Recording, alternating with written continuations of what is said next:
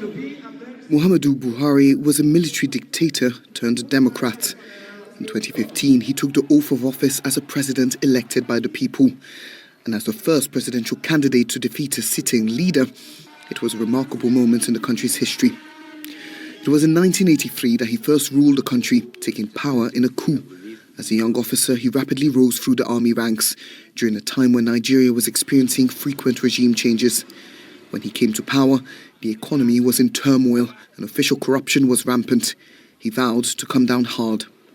Fraud, indiscipline, corruption, squandermania. His time in power is best remembered for campaigns against what he called squandermania, but also for human rights abuses. But the general who promised to clean up the system didn't last long. After 20 months, he was himself ousted in a coup. It was only after the restoration of democracy in Nigeria at the turn of the century that Muhammadu Buhari once again became a prominent figure in public life.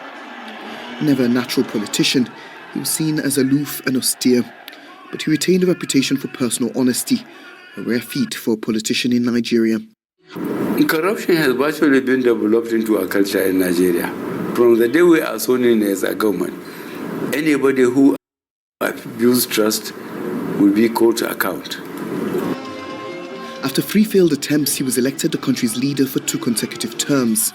His time in office coincided with a slump in global oil prices and the country's worst economic crisis in decades. His administration also came under fire for its handling of insecurity. Whilst campaigning, he promised to defeat the extremist group Boko Haram. He had some success. Security improved in the northeast of the country, and he subsequently oversaw the return of over 100 out of nearly 300 schoolgirls kidnapped in Chibok in 2014. But after a spate of recent attacks in Borno State, Boko Haram remains an ever-present threat to the country. And under Buhari's watch, armed forces were accused of human rights abuses, like opening fire on anti-police brutality protesters at the Lekki toll gate in Lagos in October 2020. To his critics, his rigid military style and economic policies did more harm than good. But to his supporters, he was a stern yet honest leader who tried to bring order to an often fractious and chaotic country. Muhammadu Buhari passed on earlier on today in a London hospital, and we have our correspondent Ayodele Zubakun to give us more reactions on this rather shocking story. Ayo, we understand a while ago that the President, Bola Tinubu, has asked his Vice President to head to London to accompany the former President's body back to Nigeria. But tell us, what reactions have you been getting since this rather unfortunate incident happened a while ago? Earlier that the former President, President Bola Tinubu announced the passing of his predecessor, President Muhammadu Buhari, and former President Buhari died today in London at about 4:30 p.m. following a prolonged illness. President Tinubu has spoken with Mrs. Aishat Buhari, the former president's widow, and offered his deep condolences.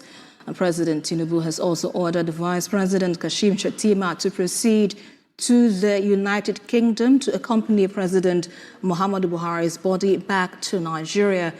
Former President Buhari was twice elected Nigeria's president in 2015 and 2023, and he also served as military head of state between January 1984 and August 1985. President Tinubu has ordered flags at half-mast as a mark of respect for the departed. Regarded as one of the most transparent and honest Nigerian leaders in history, Muhammadu Buhari, as a military head of state and democratically elected president's story, is replete with remarkable events. Muhammadu Buhari was born on December 17, 1942 in Daura, Katsina State, where he began his public service in the military.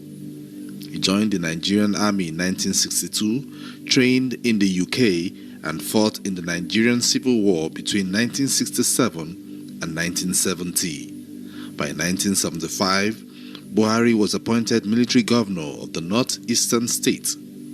He later served as Federal Commissioner for Petroleum and became chairman of the NNPC in 1977. On December 31, 1983, Buhari staged a coup and overthrew President Shehu Shagari, but his regime was short-lived. In August 1985, where he was removed in another coup by General Ibrahim Babangida and detained for nearly 3 years. In the 1990s, Buhari returned as chairman of the Petroleum Trust Fund under General Sani Abacha overseeing infrastructure spending. General Muhammadu Buhari, as he was then called, returned into civilian politics by aspiring to be president in 2003 on the platform of ANPP, but lost to President Olusegun Obasanjo. He tried his luck again in 2007, still on the platform of ANPP, but lost to Umaru Yar'Adua of PDP. The undaunted and relentless Buhari floated a party with some Nigerians, Congress for Progressive Change, in 2011, and for the third consecutive time was defeated by Goodluck Jonathan. In 2015, Muhammadu Buhari ran on the major ticket known as All Progressive Congress (APC), where he defeated an incumbent President Goodluck Jonathan.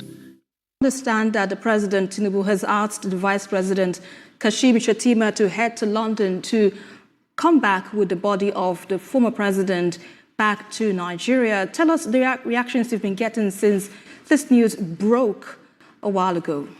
Nigerians attempt to become the buried.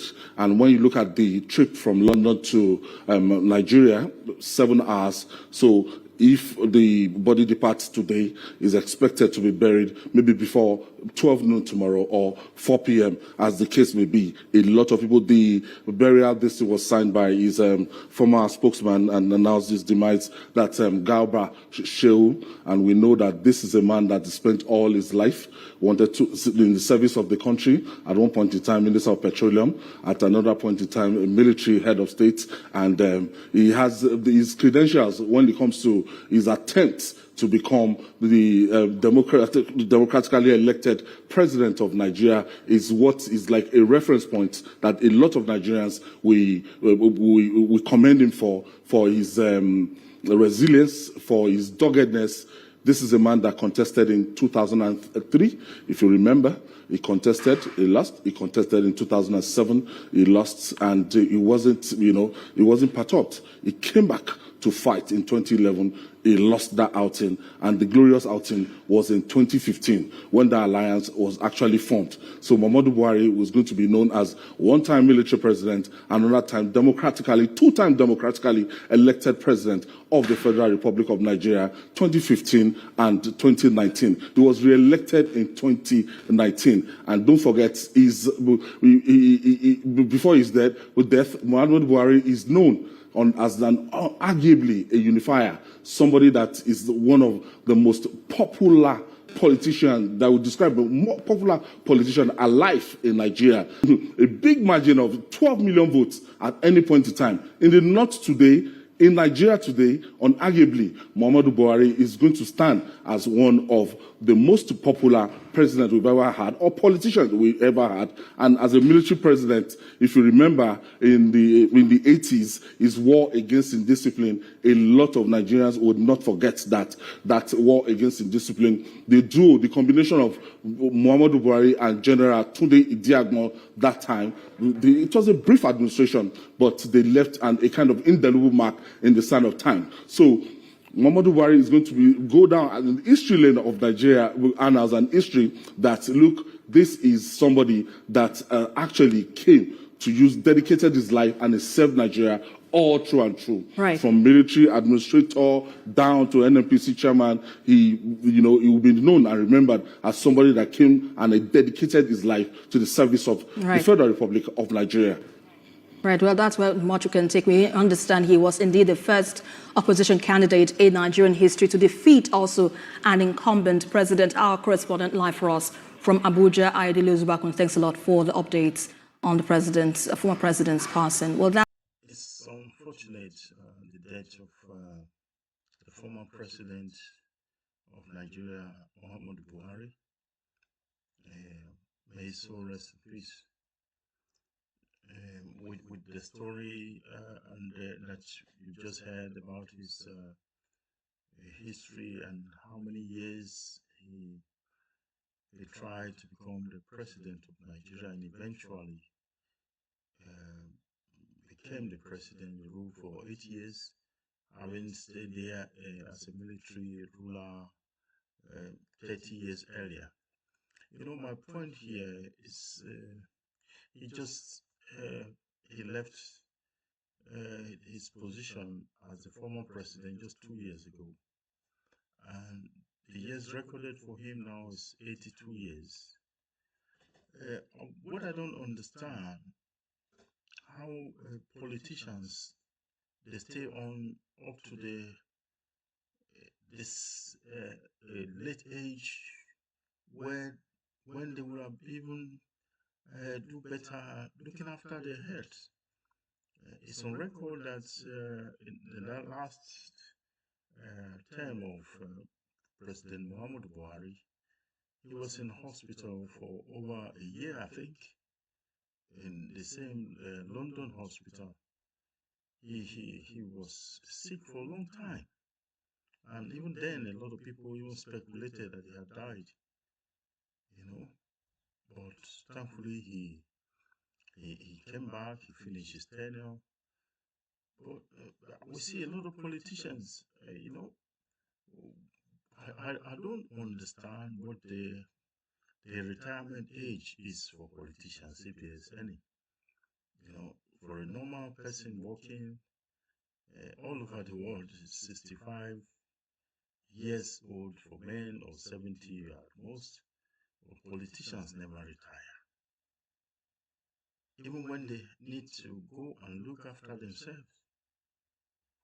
Obviously, this man has been ailing for a long time. Wouldn't have been better for him to stay out and look after himself? He has done well for himself over the years. He was in the army, fought the war, became head of state. It's difficult to understand. The elderly people at that age should be at home, looking after their head, enjoying the fruits of their labor. But why would someone struggle till the last minute when you have the resources to look after yourself? It's a question. It's a question that bothers a lot of people, and it's concerning, really, for politicians. When is the retirement age? There's some African politicians, you see them even on the wheelchair. We found some years ago that at 90 years they were still contesting for election. What are we looking for?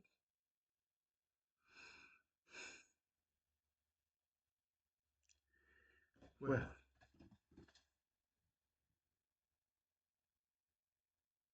this way. Thanks for watching. Bye for now.